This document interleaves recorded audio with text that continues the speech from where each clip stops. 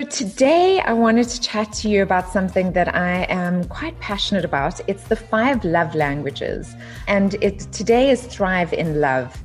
And so, what I want to do is help to give you as many tools as possible to have loving relationships with yourself, with your intimate partner, and with all other relationships in your life. Because the old saying is treat others as you wish to be treated.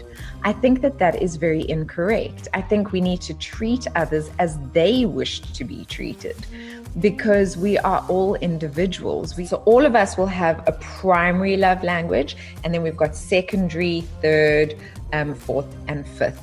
And that's the priority order with which we need to use them. Now, I'll tell you where this becomes interesting.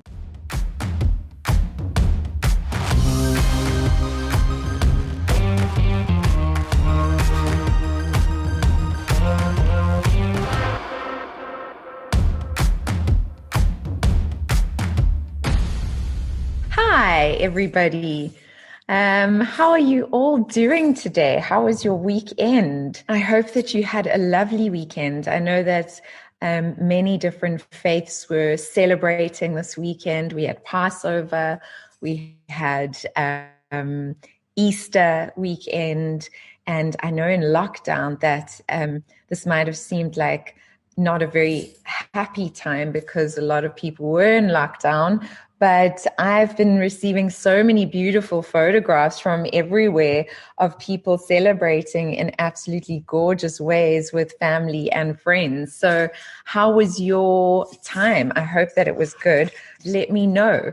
And I think that there are a few people logging in now, so we will be able to start soon. Let me know who is online. Say hello. Let me know where you are tuning in from.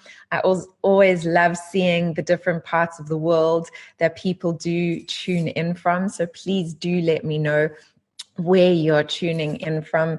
Today, I wanted to chat to you about something that I am quite passionate about. It's the 5 love languages. Today is Thrive in Love. And so what I want to do is help to give you as many tools as possible to have loving relationships with yourself, with your intimate partner, and with all other relationships in your life. How many of you have read or know of the 5 love languages? Let me know. I read them. Actually, when was the first time I read them? I read the 5 love languages in 2008. So that's already 12 years ago. But it was one of the most brilliant books that I've read in terms of relationships, because the old saying is treat others as you wish to be treated.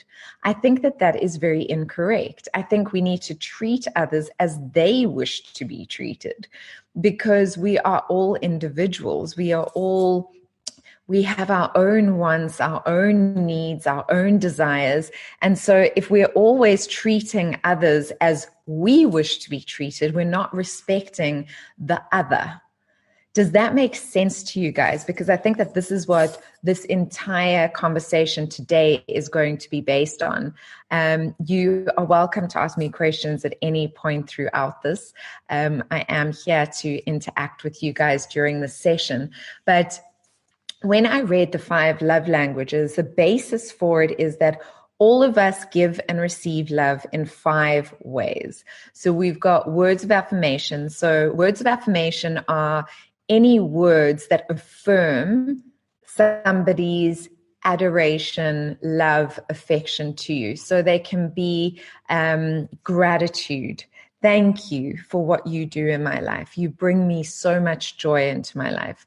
I love you so much. I think you are wonderful. Whatever it is, but it's verbalizing what the other person means to you and what that person brings into your life. So that's words of affirmation. Then we've got acts of service. Now, acts of service is anything really that means you actually do something that the other person doesn't really want to do themselves, or wants to do, but they don't have time to do. And so you take that off their plate. So for instance, if Oh, actually, I've got a great example of this. My sister had not had time to go and get her tires changed and to put petrol in her car before her wedding because she was rushing around and she just hadn't had time. She was just a bit overwhelmed. And her fiance, she had gone to a meeting one day, but with a friend.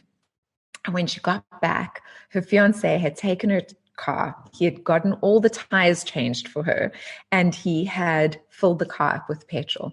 And my sister just phoned me like in tears. She was like, it was just such a relief because she just didn't know when she was going to be able to do it. It obviously isn't safe to drive with a car that the tires are bad.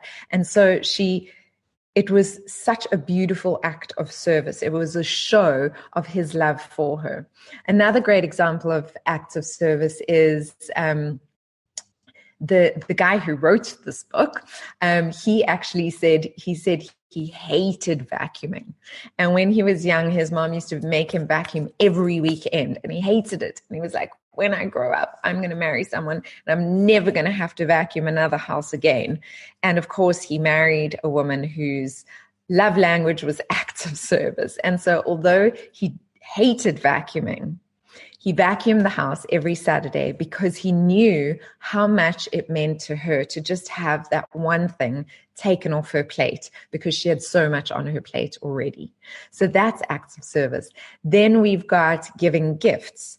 And gifts are, it sounds, a lot of people avoid this one because they say, oh, it's materialistic and this and that and next thing. But the reality is gifts are not necessarily materialistic. Some of them are, but it can be picking a flower and giving it to someone. It can be something tiny. You don't have to spend a fortune of money. When somebody's love language is gifts, it can be that you bought them their favorite chocolate. It can be that you made them something beautiful. Anything like that, but gifts affirm for them that they are important. Then we've got quality time, which is my number one love language, is quality time. When we live in such a crazy, busy world, don't we? We've got such a busy, busy world. And so it's hard to carve out time where you actually have focused time, where your attention is focused on that person. That is quality time. People who value quality time as their highest love language also love to just have that person somewhere nearby. So my dad's love language is quality time as well. And so even if I'm just sitting in his office, he loves that. He thinks it's absolutely wonderful if I can just sit in his office while he's doing work, that I'm just near him. He loves it. So quality time. Then we've got physical touch. The last one is physical touch. So yes, I know all of you guys are jumping to sex, but it's not necessarily sex. Sex is obviously very important. Making love and feeling connected with your intimate partner is extremely important, but it's also just holding hands, or when you are sitting next to each other, having a hand on a leg or on a shoulder or whatever it is. But that physical touch, I know that even if I'm in a relationship and even if we're fighting, I can't go to sleep unless my foot is touching the other person. So there are these wonderful ways of giving and receiving love: words of affirmation, acts of service, receiving gifts, quality time, and physical touch. What's really interesting for me is when I first did this, the 5 love languages, when I first read the book, there wasn't the online quiz, which I am going to give you a link to the online quiz. Because I think it's so worthwhile doing, and I'll tell you why. But when I first did it, I was so empty. My love tank was so empty that I was like, any of them, I'll take any of them. I need all of them. And I thought that all of them were mine. And then I read the book again and again. And I think on the 3rd time, I realized, okay, quality time is definitely my number one. Physical touch, words of affirmation, number 2, then acts of service, and then gifts. So not that I don't value gifts, but they're just not on my highest. So all of us will have a primary love language, and then we've got secondary, 3rd, 4th, and 5th. And that's the priority order with which we need to use them. Now, I'll tell you where this becomes interesting is in relationships. So I'm going to give you 2 examples of relationships where the 5 love languages, me literally having a conversation with these 2 different individuals, helped transform their relationships. So the one relationship was a girlfriend of mine, and she was going through such a rough time with her partner. And his love, and I just had the conversation with her, what does he do, and what do you need? And just trying to assess what her love languages were and what his love languages were. And it was very apparent very quickly that his love language was gifts and physical touch, and hers was quality time. So you've got these opposing love languages. And then what happens is, whatever love language is your love language, we tend to love in that way. So he was buying her clothes and jewelry and a brand new car and like all of these crazy gifts because he so wanted her to know that he loves her so much. And he was trying to touch her and hug her and make love to her and hold her. But he was never around.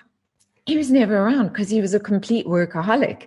And so he would work from early in the morning till late at night because he thought that in order for her to feel loved, he needed to buy her all these things because his love language was gifts. And so he was completely missing her. She was not feeling loved at all, was flying over her head because all she wanted was for him to sit down and be present and have a conversation with her and connect with her. And he was doing the best he could, and she was going out of her mind because he was like, he doesn't understand me, he doesn't connect with me, and vice versa, because the more unloved she felt, the less she wanted him to touch her, the less she appreciated his gift because she wasn't feeling loved in her love language. I hope this makes sense. So once I kind of had figured that out, I said to her, okay, my darling, this is what I recommend. Start getting him little gifts. It doesn't have to be big gifts, but little gifts, little tokens of what he loves, whatever it is. Like I mentioned earlier, it can be his favorite chocolate. It can be whatever it is, but just get him little tokens, little things of what he loves, little gifts. And then when he does come home at night, go and sit next to him and just hold him a little bit. Stroke him, hold his hand, try and connect in that way with him.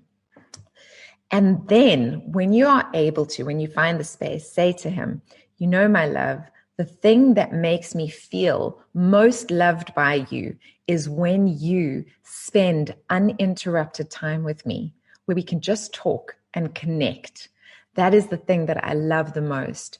Thank you for doing that. Can we do that some more? Because the reality is that nobody likes to be wrong. Nobody likes to feel like they're doing anything wrong.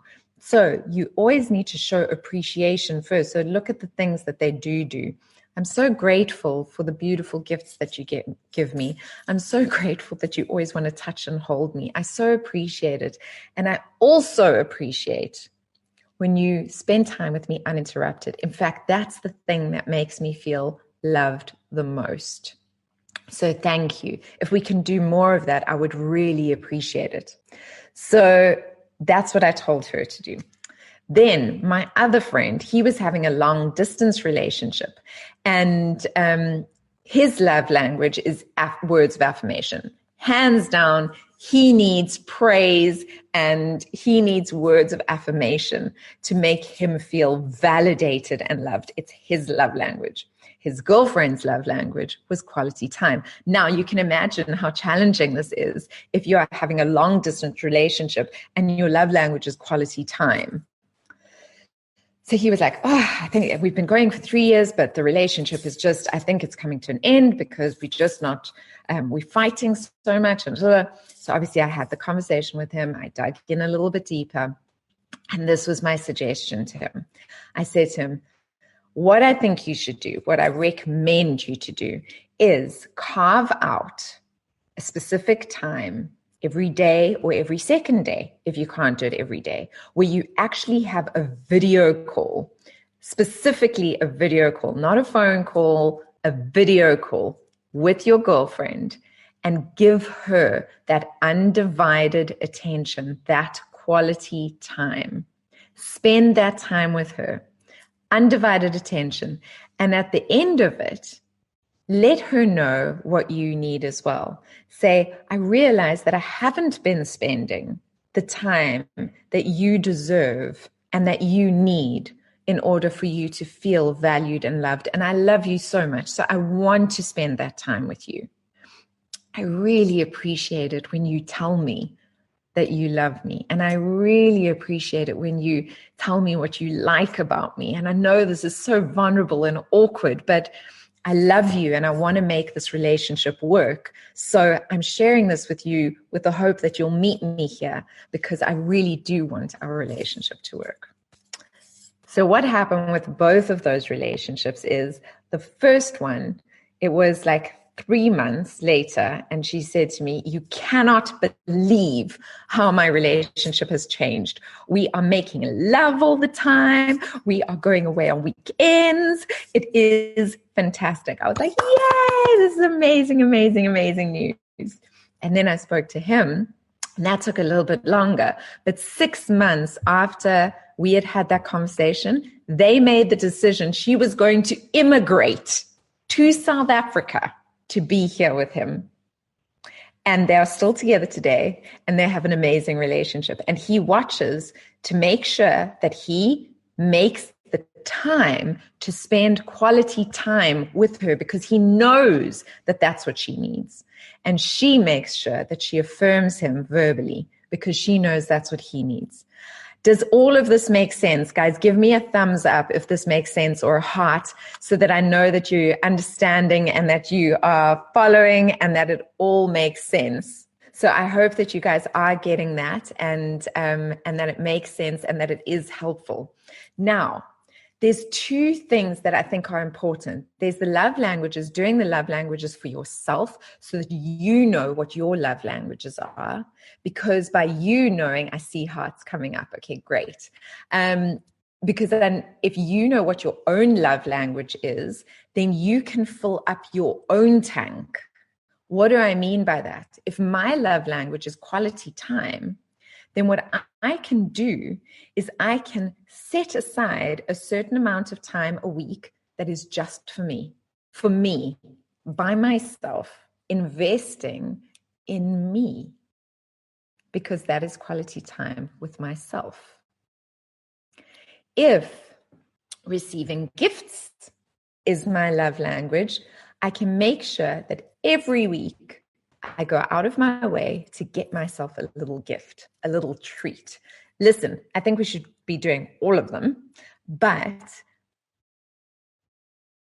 at least if nothing else, at least if you can focus on giving yourself your primary and maybe your secondary and third love language every week, you're going to start filling up your love tank, filling it up in the most incredible way. So that for me is what is important. How do we fill up our own love tank? So physical touch, send myself for a massage every once in a while.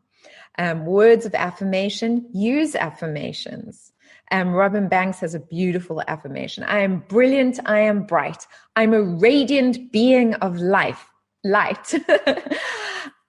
Those kind of affirmations that affirm who we are and who we want to be, our highest version of ourselves. Those kind of affirmations, include them in your life. Enrich yourself, build yourself up. It's so, so, so brilliant. And then, of course, acts of service. Now, acts of service are a little bit more difficult to do for yourself, but reach out. That's how you do it. You say, okay, I'm trying to get all of this done, and it's quite challenging. So I'm going to reach out and ask someone to assist me with this act of service, because it's going to take something off my plate, and that is really going to help me right now. So asking for help, that in itself is an act of service. So I hope that made sense for you in terms of self-love, how you can use the 5 love languages for self-love. If you just Google the 5 love languages free test, a link will come up. I highly recommend you do it. And then with relationships. So what I've done is my whole family has done the 5 love languages. And I'm going to ask my family to do it again, because it does change over time. We do shift over time.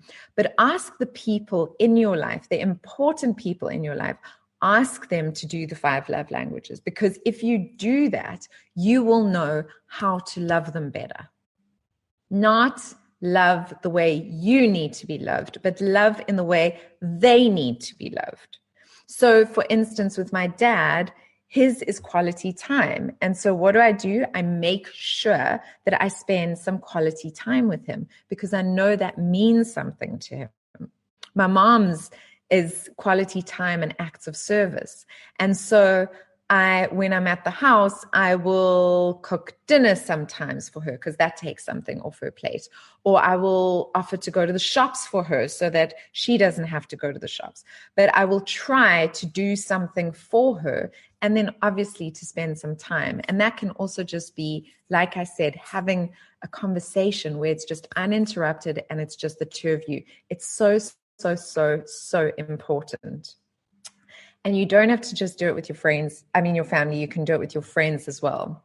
So that is my little kind of conversation around the 5 love languages. Does anybody have any questions? You're so welcome to ask any questions. If you do have any questions, ask them now. Today's session is only going to be half an hour. So I'm going to end now. I see there aren't any questions. So I think I explained everything about the 5 love languages really well. So I'm going to end now, because it is 4 minutes to 11.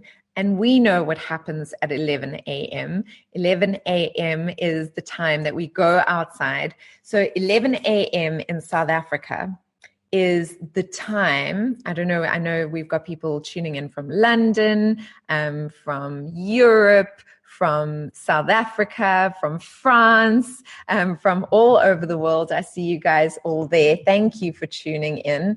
I can see you all, Mohammed, João, Mr. Garth, Gordon, Dawan, Nick. Hey, Ferguson, how are you doing?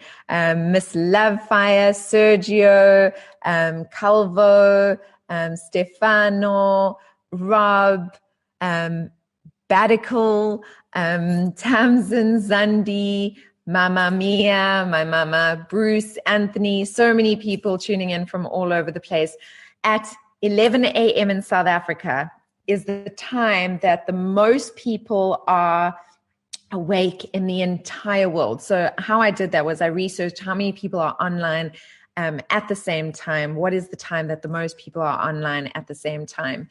And so I thought, I know we all go outside in our individual countries and we all yell together at 11 o'clock, at 8 o'clock or 7 o'clock, depending on the area that you are in. But if we all go outside at 11 a.m. in Cape Town, which is your individual time zone in the world, then the most people in the world will be yelling at the same time. And I think that is pretty cool. Calvo says, Susana, you are the bomb. Thank you so much. I am but a mirror for what exists in you. I see there's a lot of compliments coming through. Thank you, guys. So we're going to go outside. Let me see if I can take Facebook with me. And take you guys, and we're going to give a little 3, I always do 3 howls, and then I do 3 thank yous. Got to just unlock my door. All right, are you guys ready? 1, 2, 3. Oh! Oh! Oh!